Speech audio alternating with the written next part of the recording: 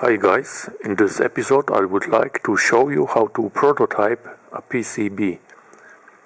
What you see here on the screen is a layout and schematic design program, Eagle, in the free version where the size of the PCB is limited to certain size which you cannot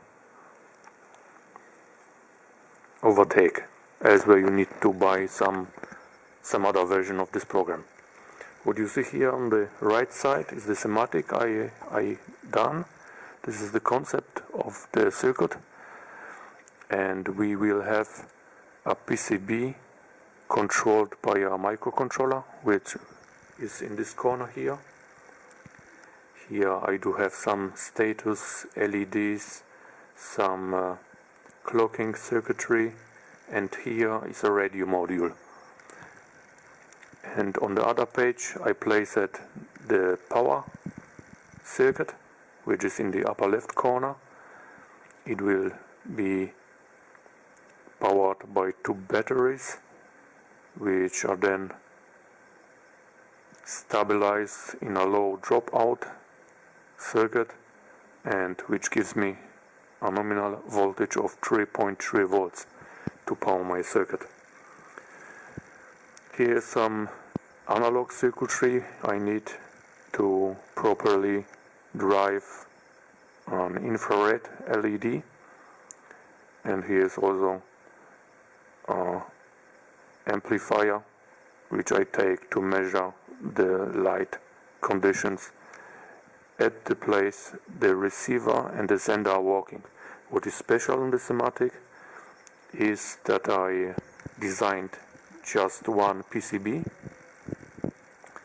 but this PCB can be either a receiver or a sender, and you decide by placing the components which type of PCB it will be. So I designed the PCB once, but I can use it twice. Catch two for the price of one. Of course, then I will need some other software which will be programmed over this interface.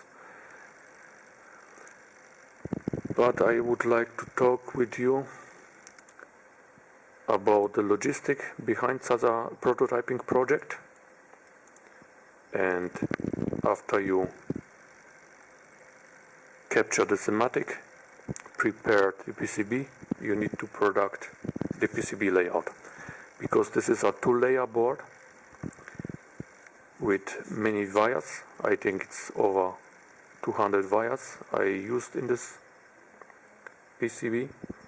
This is very time-consuming process to produce such a PCB. So I ordered this by a PCB manufacturer.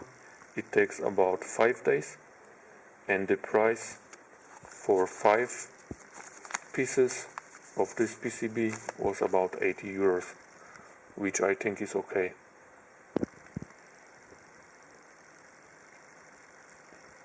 Then you need to order the parts, which I show you, which are lying here all on this table. And when the parts came, you can order them by your favorite parts delivery service. I always take every one of them and once more check if the package is okay, if the values of the components are okay. I measure every single one with this multimeter. I also have some generic components packed in such boxes, and when I need some of the capacitors or resistors, I just taking them off the box. This is my SMD soldering place. As you can see, I do have a magnifying glass, because by this size of the parts it's very difficult to solder them without any optical help. I do have 2 soldering irons. The smaller one is for SMD soldering, and the bigger one, which has more thermal capacity behind it, I need for bigger parts.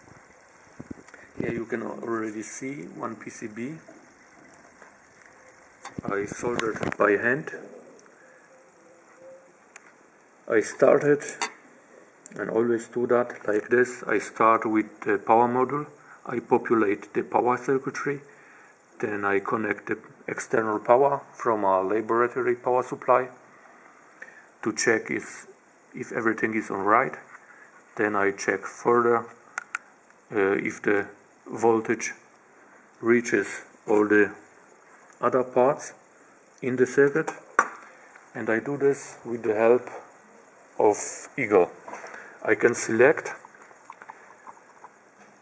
this symbol here, and then when I double click some line in the schematic, the line shows up in the PCB and is highlighted, and then I can see once again where the power should occur all over the circuit.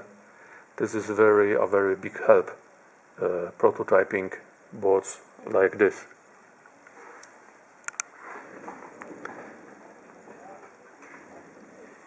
I do have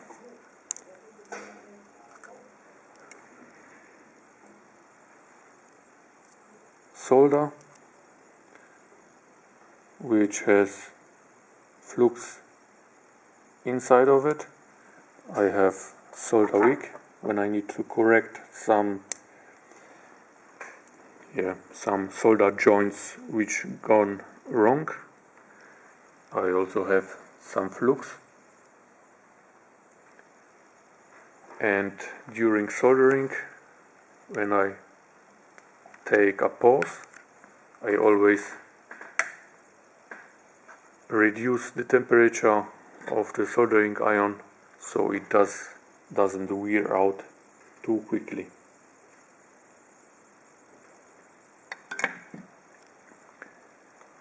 I solder with the temperature of about 350 or 400 degrees Celsius, and when I don't use the soldering iron, I reduce to about 200 or 150 degrees Celsius.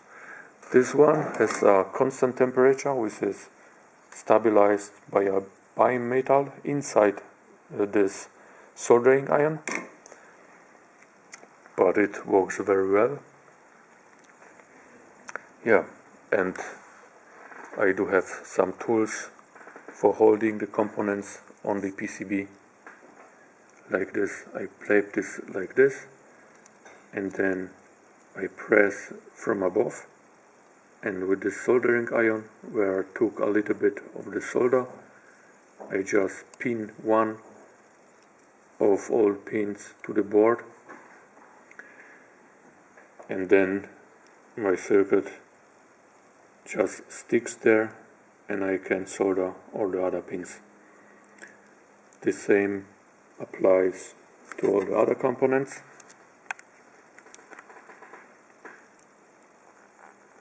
Yeah, and so I go on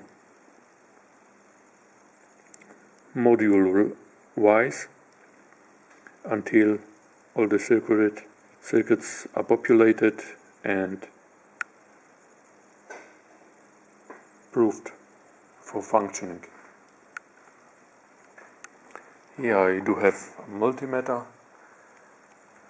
Here I collect the components I need to populate another module, and this is like the parts are delivered. They are all delivered in anti-static bags, and these are the microcontrollers which I received in a pallet. The controllers are between the sandwich of the plastic. Yeah, so it looks like when you prototype a PCB. This was the first prototype. I did some mistakes on this, and this is another one, the second one, still a prototype. I choose the parts with the size of 1208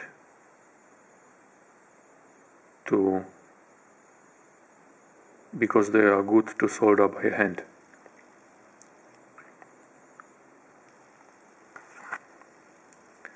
As you can see, I already have another batch wire here, which wasn't intended, but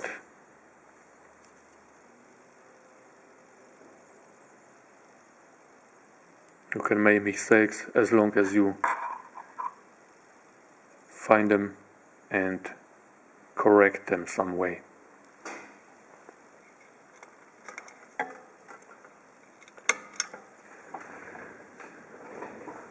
So I will be now starting soldering. This is my programming adapter. This is the software AVR, which I use for programming the microcontroller from AVR. This is the Atmel Mega 88.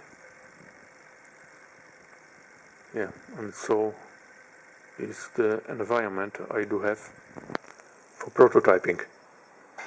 This is for the software development, here this is for the hardware development, and this is my soldering and testing spot. I do all the rest, all the testing and the soldering. This will be all for this short movie. Thank you for watching, and I hope to see you the next time.